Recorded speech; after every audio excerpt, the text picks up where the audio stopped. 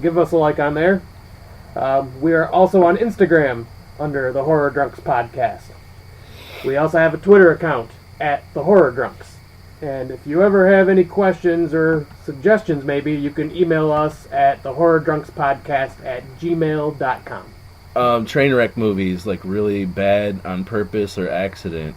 They've probably been around since the silent era. I can't really think of any silent era examples or even any 30s era examples. The first glaring example of Trainwreck cinema, we both said his name at the same fucking time. Ed Wood.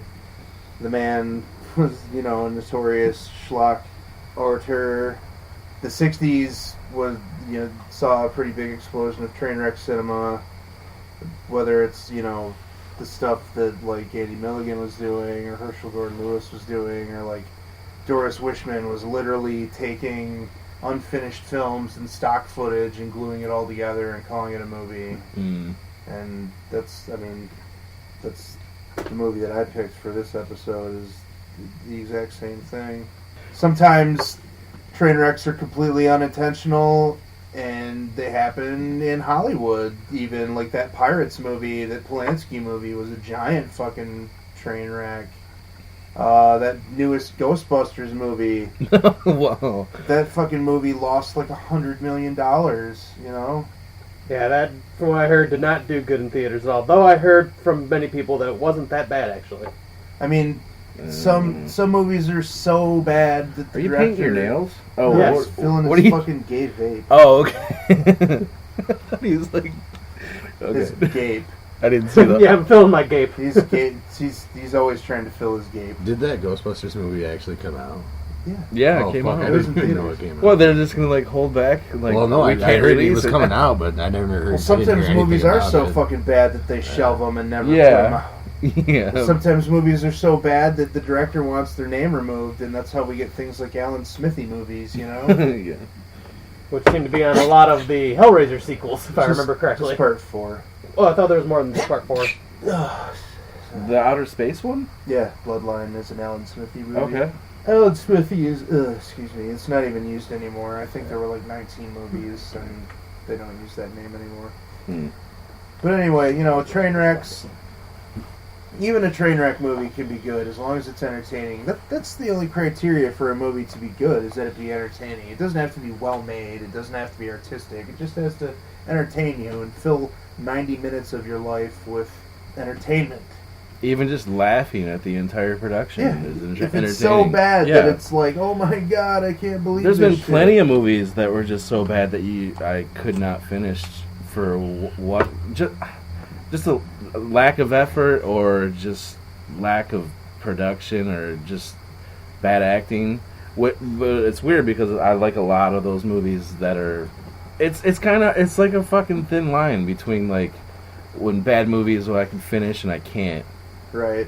You gotta be in the mood, too. I'm always in the mood for a really bad movie. An example is that the Drownsman movie I was talking about in our What Have You Been Watching segment. And that movie was, like, not, like, endearingly bad. It was just bad. It was just a bunch of bad cliches and shitty acting and crappy monster and fucking... I guess when they're, like, trying to go for greatness, it seems like they are, and it's coming up really short. I think that's that's where I draw the line, I guess. And Scott are passing notes. Are you trying to fuck each other? Did you write his number We just got caught like we were in school. You setting up a fuck session? So there's a Scream Queen that she's like, she was hot, like Tiffany Shepis. Yeah. Okay, so all of her movies are shit. Like, they're none of them. All of them, dude. Seriously, almost all. Someone's Been Knocking at the Door and Homesick are both really good. Homesick was cool, and that fucking took forever. That. Someone knocking at my door. I didn't know she was in that one. But that's like those movies right there. Like most of them, those are the shit that I can't finish. Right. I would watch for her. Yeah. And her nudity. Well, yeah. I mean, she's in some really bad ones, like that Bonnie and Clyde versus Dracula, or what the Christ. I don't even fucking know, man.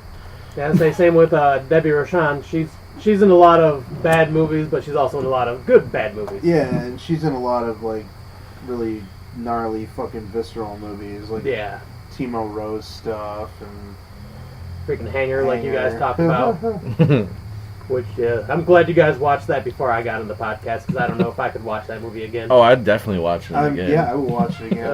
I'll probably watch it again right watch that movie after you guys leave. a dozen times, Because I would have graded that movie horribly. Oh, I hated it. Oh, no, I didn't so hate it much. at all. That's bad. So yeah, train wrecks, they've been around for a long, long time. Sometimes they're My intentional. life is one too. So Yeah, me too. I'm going to talk about a train wreck. Or a train wreck that was come making stare good at me movie. for fucking 2 hours or 90 minutes, 90 runtime. Oh, that's the end. Okay. Yeah. Here's add in like a train crash or something. Okay, I'll do that. Here's our first film. Right! Truth or dare? All Mike ever wanted, as far back as he could remember, was to be noticed, to be cared for. I dare you to slice your arm off.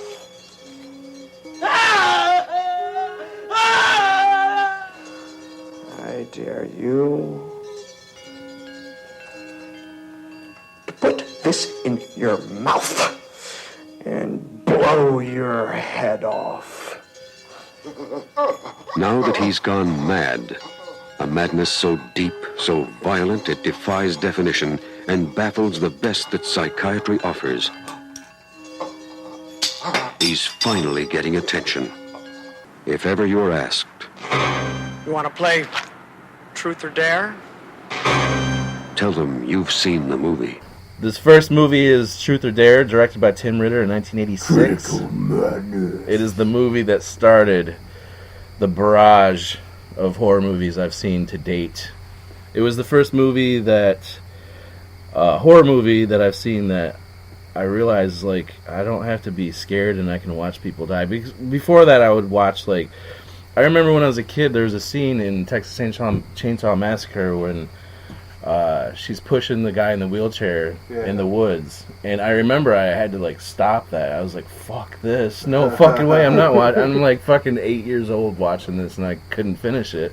And then I'd move on to like Nightmare on Elm Street, and I'd like I'd watch the movie from behind the couch and like duck down when shit was about to happen. Oh, you were a pussy, huh? I was a fucking. I didn't have a dad. No one taught me how to be a man. And so when I watched this movie, my cousin Sonia, shout out to cousin Sonia, we would stay at my grandma's on the weekend, just me and her with my grandma, and we'd watch horror movies, and she rented this, and we watched it, and then it became a tradition. Maybe twice a month, we would rent Truth or Dare and watch it. Jesus. And it just like, then it just like kicked open a door. Like I didn't have to be scared of something that was on screen when people would be murdered by chainsaws or whatever the fuck he used. Every weapon in the book. A mace right in the side of the face. He fucking had a whole arsenal of weapons to kill in this movie. Yeah, and he killed a lot of kids. And also, on the IMDb message boards of this movie, I found out that Elijah Wood, his favorite horror movie of all time, was this movie.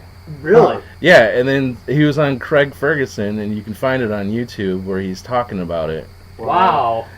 That's like the biggest shout out ever for Tim Ritter, the director. Crazy. No shit. Yeah, so Frodo talked about his movie on Craig Ferguson. How about that? That is insane. And I was like, Frodo's actually fucking really. Elijah Wood is a pretty. He's a big horror fan. Yeah, he's a definite. To call that movie out as his favorite movie of all time. Yeah, that's just that is obscure as hell because I'd never heard of this movie. He's always chosen he was in The Good Son, he was in The Faculty. Yeah, he played that creepy cannibal kid in Sin City. Yeah, Maniac remake. Yeah, he's always chosen some pretty dark roles. Cooties.